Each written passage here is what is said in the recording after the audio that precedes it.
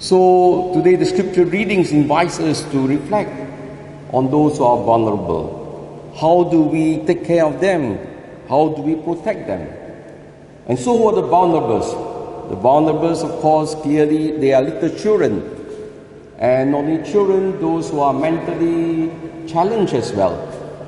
And the vulnerables would include, of course, the elderly. We also have the foreign workers, domestic helpers, those who are laborers. Very often they are cheated by employers. And all those people who cannot defend themselves, these are the vulnerables. But today I would just want to throw a special light. Very often we think these are the vulnerables. Of course they are. But to tell you the truth, all those who are predators, all those who are oppressors, all those who commit these crimes, they themselves are vulnerable. They are the ones also that needs attention. Because why? They have become addicted to this way of life. Because they have become vulnerable. Because they have become conditioned by society, by the culture of society. So all this indoctrination, conditioning have already contaminated their mind. And addiction is something beyond reason. And that is the reason why they are vulnerable as well. So don't think that only victims are vulnerable. Those who are committing those crimes, they themselves are vulnerable. You think the drug addicts want to get out of drugs? They want. But they just cannot help it because they are caught in the addiction. So what do we do with these people? The danger is that very often we think that the best way is to punish them. When you're talking about crimes that are concerned with addiction, does physical punishment really rehabilitate the person? If this was so, then the drugs addicts who have gone into prison, when they come out, they should not reoffend. Precisely, it's not working. Because the real healing has not taken place.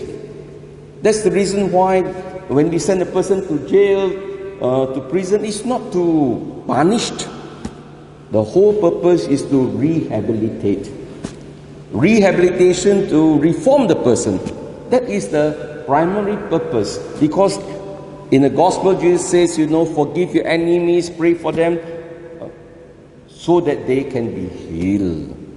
And so, but still we need to protect those who are victims, those who are vulnerable in terms of victims. Then we got to protect those who are oppressors, who are also vulnerable. What do we do? That's why Jesus so beautifully in today's gospel, so beautiful. I think he put it so well. If your hand causes you to sin, cut it off. If your eye causes you to sin, take it out. If your foot causes you to sin, cut it off. What Jesus meant is, then we must protect them from hurting themselves and from hurting others. How do we cut them off?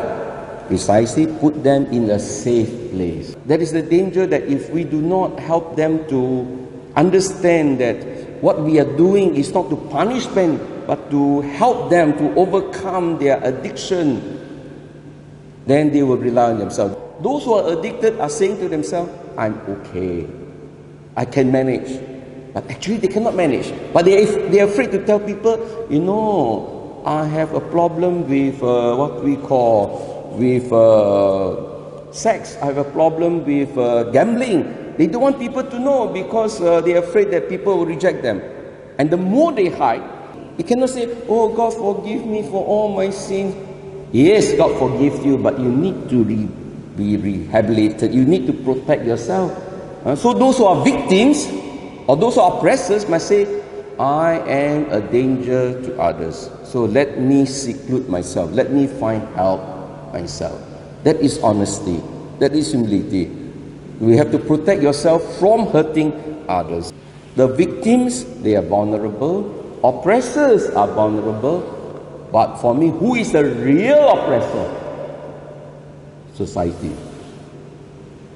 We are the one who puts this culture. We are the one who promote promiscuity. We are the one who promote dysfunctional family. We are the ones who destroy marriage. We are the one who destroy the family. We are the ones who advocate abortion, euthanasia. We destroy all values. We are saying there is no right, there is no wrong. And because society is contaminated, society has lost its focus, we are the real oppressor.